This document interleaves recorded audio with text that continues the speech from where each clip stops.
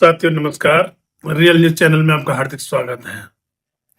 आज बात करेंगे देश के गृह मंत्री अमित शाह जी द्वारा जो बाबा साहेब के अपमान में शब्द बोले गए, वो उन्हें नहीं बोलने चाहिए थे। हालांकि उनकी भर्त्सना चारों तरफ हो रही है और उनसे माफी और उनके इस्तीफे की मांग बड़ी जोर शोरों से देश में चल रही है और साथ ही प्रधानमंत्री से उनको बर्खास्त करने की मांग भी की जा रही है।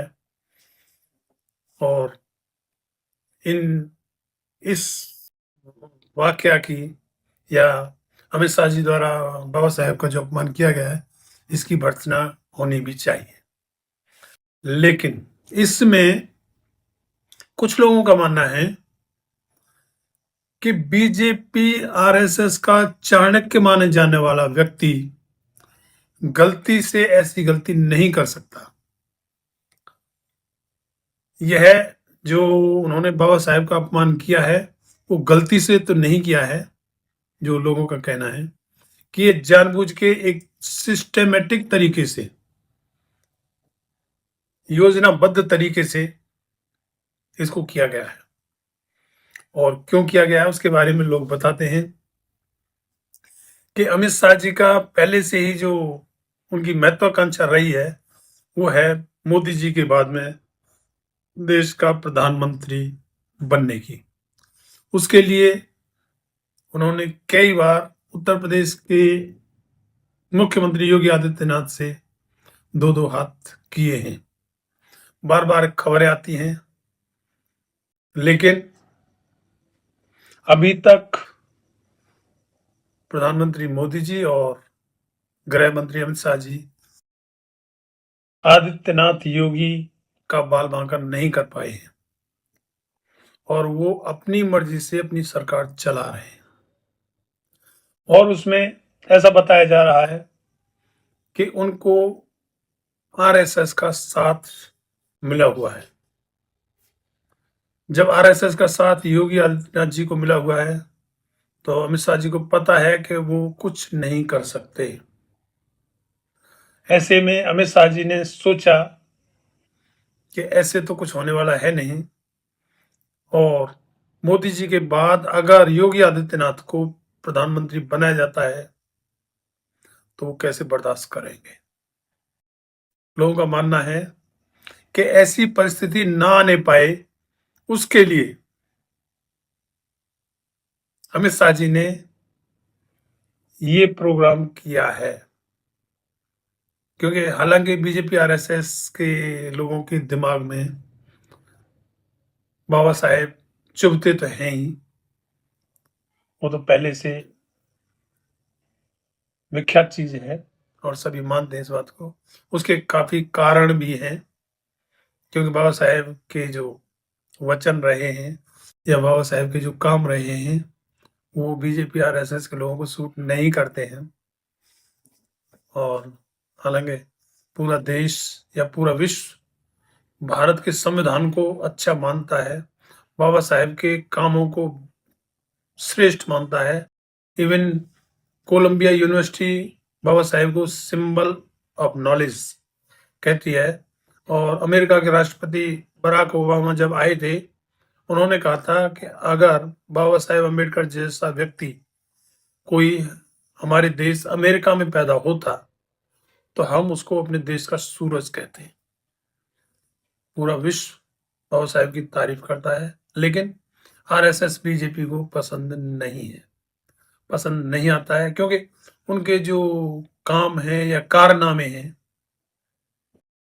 उनको बाबा साहेब सूट नहीं करते, देश का संविधान सूट नहीं करता। इसलिए खैर, अब अमित शाह जी ने जो किया है उसका नतीजा क्या रहेगा कि जो दलित बीजेपी को वोट दे रहे थे, किन्हीं कारणों से सही, कैसे भी सही, दलित हो या एससी एसटी ओबीसी हो या माइनॉरिटीज हो, जब उनको ये बात पता चल गई है या चल जाएगी जब तक, तो बीजेपी को वोट देने वाले वो नहीं है।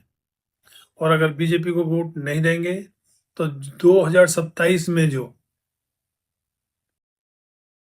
मुख्यमंत्री आदित्यनाथ तीसरी बार मुख्यमंत्री बनने वाले होंगे, वो नहीं बन पाएंगे। और अगर नहीं बन पाएंगे तो 2029 में बीजेपी का चेहरा नहीं बन सकते। तो बिल्ली अगर दूध पी नहीं पाएगी तो उसको बिखेर जरूर देगी। अमित शाह जी ने यह सिस्टेमेटिक तरीके से बीजेपी का दूध बिखेर दिया है, ऐसा लोगों का मानना है। आप लोग इस बारे में क्या मानते हैं, क्या सोचते हैं? कमेंट सेक्शन में अपनी राय जरूर लिखें, क्योंकि योगी आदित्यनाथ मोदी जी के बाद में पीएम के दावेदार तभी हो सकते हैं जब वो 2027 में उत्तर प्रदेश का चुनाव तीसरी बार जीते। तभी वो 2029 में बीजेपी की तरफ से पीएम के दावेदार हो सकते हैं या पीएम का चेहरा बनाए जा सकते हैं, उससे पहले नहीं। तो उसमें अमित शाह जी ने टांग अड़ा दी और योगी आदित्यनाथ जी किसी भी हालत में अब जो बाबा साहेब का अपमान किया गया है उसका कितना असर है, आप इस बात से अंदाजा लगा सकते हैं कि अमित शाह जी ने बाबा साहेब के पूरे नाम में से एक शब्द अंबेडकर छांट के उसको 6 बार बड़ी घृणात्मक तरीके से रिपीट किया। और 6 बार ही प्रधानमंत्री मोदी जी ने अमित शाह के बचाव के लिए ट्वीट किए, ट्वीट पर ट्वीट लगातार 6 बार ट्वीट किए। और जो बीजेपी आरएसएस का चाणक्य या देश के गृह मंत्री अमित शाह कभी किसी से डरे नहीं, कभी किसी पर सफाई नहीं दी। आज वो अपने इस पर प्रधानमंत्री मोदी भी और गृह मंत्री अमित शाह भी सफाई देते फिर रहे हैं। तो इस वाकये की या इस अपमान की गंभीरता कितनी है इस बात से समझी जा सकती है। आज पूरे देश में बीजेपी आरएसएस के खिलाफ जनता में रोष है और नेता लगातार अमित शाह से माफी और इस्तीफे की मांग कर रहे हैं और इस्तीफा न देने की सूरत में प्रधानमंत्री मोदी जी से मांग कर रहे हैं कि अमित शाह जी को तुरंत बर्खास्त किया जाए। तो इसकी गंभीरता इतनी है। खैर, आप लोग समझदार हैं, आप लोग इन चीजों को जानते हैं, तो कमेंट सेक्शन में अपनी राय जरूर दें कि इस बारे में आप लोगों की क्या राय है। धन्यवाद। जय भीम।